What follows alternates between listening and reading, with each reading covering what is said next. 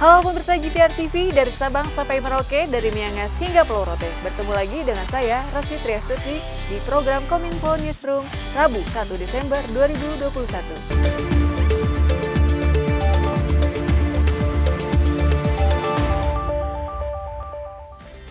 Pemirsa, informasi pertama, Menteri Komunikasi dan Informatika Johnny G. Plate meminta seluruh kementerian dan lembaga menyatukan komunikasi publik guna menyukseskan penyelenggaraan Presidensi G20 Indonesia tahun 2022.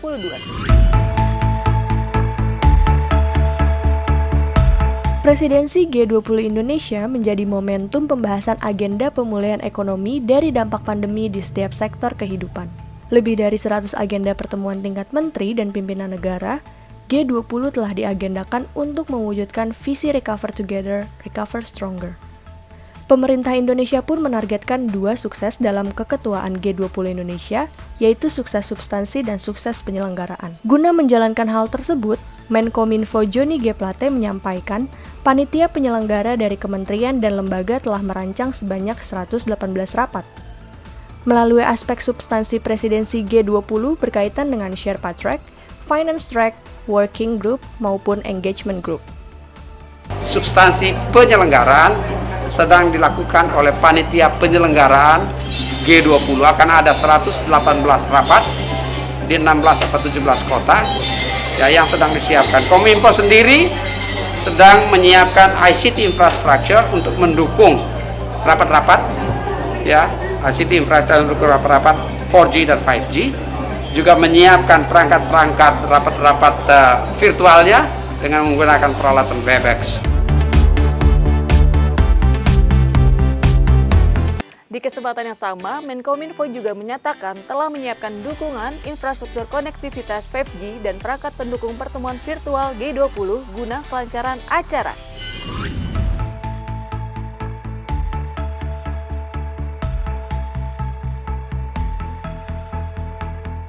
Dalam mendukung penyelenggaraan KTT Presidensi G20 yang digelar mulai 1 Desember hingga 30 November 2022, Menteri Komunikasi dan Informatika Johnny G. Plate menyatakan telah menyiapkan dukungan infrastruktur teknologi informasi dan komunikasi berupa konektivitas 5G dan perangkat pendukung pertemuan virtual. Pihaknya menyebut standar penyediaan infrastruktur TIK dan konektivitas akan seperti penyelenggaraan World Superbike di sirkuit Mandalika, Lombok Tengah, Nusa Tenggara Barat beberapa waktu lalu. Jadi semua kegiatan baru-baru ini ada Superbike di Mandalika, ya disediakan jaringan backup. Nanti pada saat MotoGP Mandalika disediakan juga backup. Nah pada saat event internasional G20 Summit juga disediakan backup.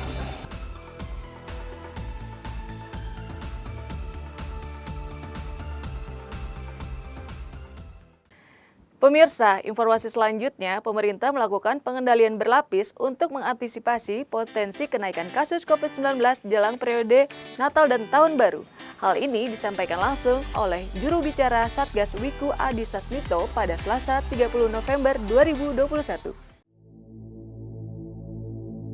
Satuan Tugas Penanganan COVID-19 menyebut bahwa varian Omikron dapat memicu lonjakan kasus. Varian Omikron ini merupakan mutasi dari COVID-19 yang telah ditetapkan Organisasi Kesehatan Dunia atau WHO sebagai varian of concern. Berkaitan hal tersebut, juru bicara Satgas Penanganan COVID-19 Wiku Adhisa Smito menjabarkan kebijakan pemerintah sebagai strategi pengendalian berlapis. Salah satunya pembatasan mobilitas domestik secara situasional guna sebagai upaya mengendalikan kasus COVID-19 menjelang perayaan Natal dan Tahun Baru. Pemerintah terus memantau kondisi pengendalian COVID-19 secara nasional maupun internasional. Pembatasan mobilitas domestik yang secara situasional, yaitu menerapkan sistem ganjil genap di wilayah aglomerasi, ibu kota provinsi, area tempat wisata, dan wilayah lainnya yang disesuaikan dengan peningkatan mobilitas setempat. Melakukan pembatasan mobilitas domestik dengan screening kesehatan ketat, baik untuk perjalanan jarak jauh, rutin, maupun logistik. Sebagai tambahan, dibentuklah posko checkpoint di daerah masing-masing oleh instansi pelaksana bidang perhubungan, Satuan Polisi Pamong Praja atau Satpol PP, bersama dengan TNI dan Polri untuk melakukan random testing serta memantau mobilitas pada jalur darat yang seringkali lolos dari pengawasan.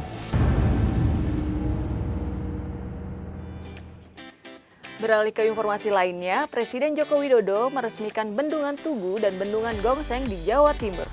Dengan tambah 2 bendungan tersebut, Presiden berharap aktivitas pertanian masyarakat dapat meningkat.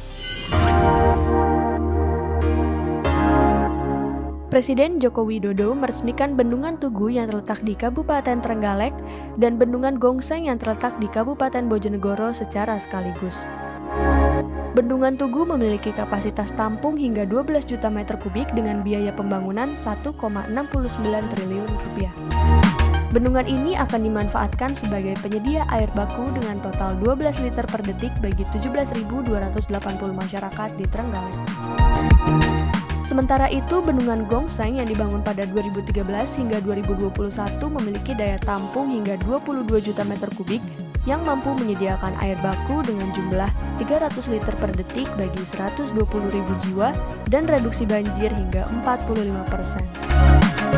Presiden berharap kehadiran 2 bendungan ini akan meningkatkan produktivitas petani sehingga pendapatannya juga akan meningkat. Kita harapkan dengan tambahan 2 bendungan ini, aktivitas pertanian masyarakat akan semakin meningkat, petani semakin produktif, lebih sering bisa menanam dan panen sehingga kita harapkan pendapatannya meningkat.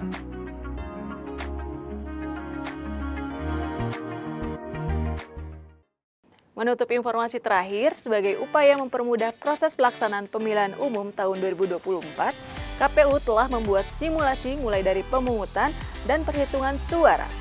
Berikut informasi selengkapnya. Komisi Pemilihan Umum Indonesia bekerja sama dengan KPU Provinsi Sulawesi Utara serta KPU Kabupaten atau Kota Sulawesi Utara menggelar simulasi pemungutan dan perhitungan suara serta formulir pemilihan umum serentak tahun 2024 pada 20 November 2021. Dalam kegiatan tersebut, Ketua KPU Ilham Saputra mengatakan, tujuan dari simulasi ini untuk mengetahui dan mendapatkan masukan atas desain surat yang telah dibuat. Menurutnya, penyederhanaan desain surat suara dan formulir merupakan ikhtiar KPU untuk mempermudah pelaksanaan pemilu 2024 setelah mengevaluasi penyelenggaraan pemilu 2019. Agar bagaimana mekanisme pemungutan perhitungan suara yang lebih baik. Tetapi memang ada konsekuensinya Bapak Ibu sekalian. Konsekuensinya adalah jika kita menggunakan surat suara, maka ada revisi undang-undang. Tentu ini adalah konsekuensi logis, konsekuensi politis yang harus kita terima. Diharapkan dapat membenahi penyelenggaraan pemilu 2024 sehingga menjadi lebih baik. Itulah ragam informasi yang telah kami kemas untuk Anda. Dapatkan berita pilihan setiap harinya di kanal GPR TV atau melalui sosial media GPR TV. Saya Rosi Triastuti pamit, sampai jumpa.